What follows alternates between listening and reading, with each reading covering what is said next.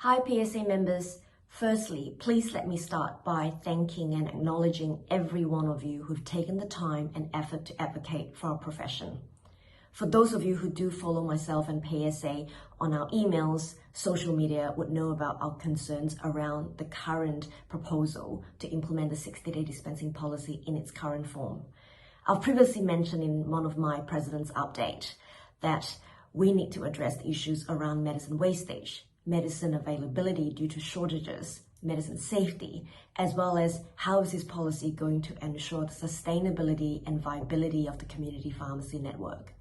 Why this is so important is because up to 70% of our current profession and workforce practice in a community pharmacy environment. This policy, if it impacts the viability of the community pharmacy network, will have a direct impact on community pharmacists' ability to continue to provide the services for our local communities. Cost associated with providing dose administration aids, deliveries, point of care testings are just some examples of the services whereby the cost would go up. And also we have some concerns and also the responsibility to ensure that our profession, our practicing community pharmacists will continue to have a prosperous and a viable career.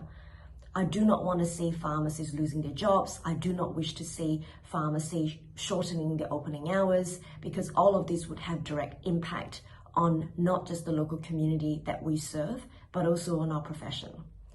And on this note, I can say that I'm really delighted to see that pharmacy organizations are united to protect our profession.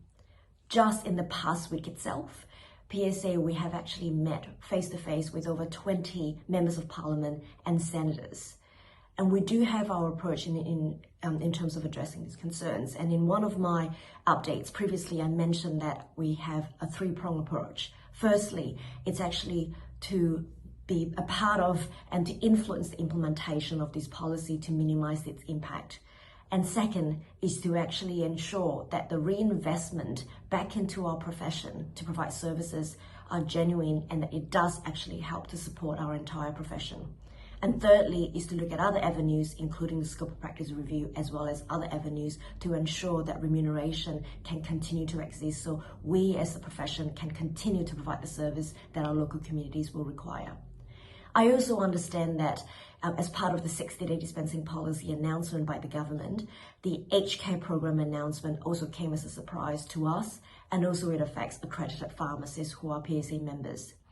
I want to reassure accredited pharmacists of PSA's support for accredited pharmacists and that we are continuing to advocate for flexibility in the program, as well as maximizing time on ground for pharmacists to provide services to residents of residential aged care facilities.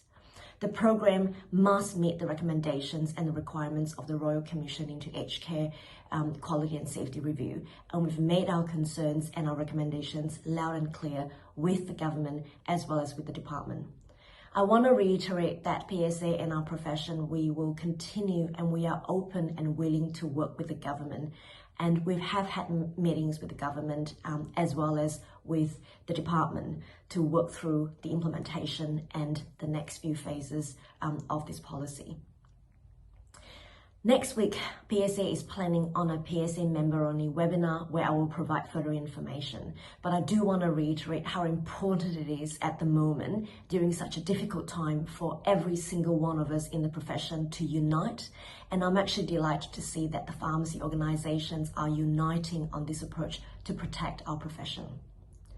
A couple of weeks ago, PSA, we also hosted our inaugural CPC, or Consultant Pharmacist Conference 23 in Adelaide. David Laffin, who's the Assistant Secretary for Pharmacy from the Department of Health, came to address the delegates and talked around accredited pharmacists' work as well as RMMRs and the aged care program. We will provide more information around this in our update as well moving forward.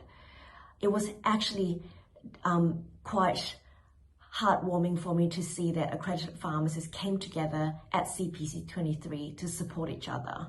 And if I be honest, the vibe at that conference was quite positive because I could see how passionate accredited pharmacists are to service the people that and patients that they care for. It's never been a dull moment at PSA. This is actually one of the busiest time at PSA as well, because for those of you who were part of the election process, and if you have voted, you would know that we recently ran our branch committee election.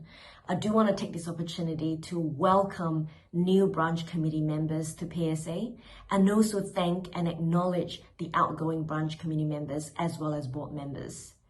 In the next few weeks, we'll be organizing a series of onboarding and welcome and also acknowledgement and thanking event for outgoing branch committee members. I look forward to working every one of you in our profession to continue to fight for what is best for our patients and our profession. Our main aim at the moment in terms of what we're doing is to ensure that no patients and no pharmacists will be worse off and that all of us will be protected.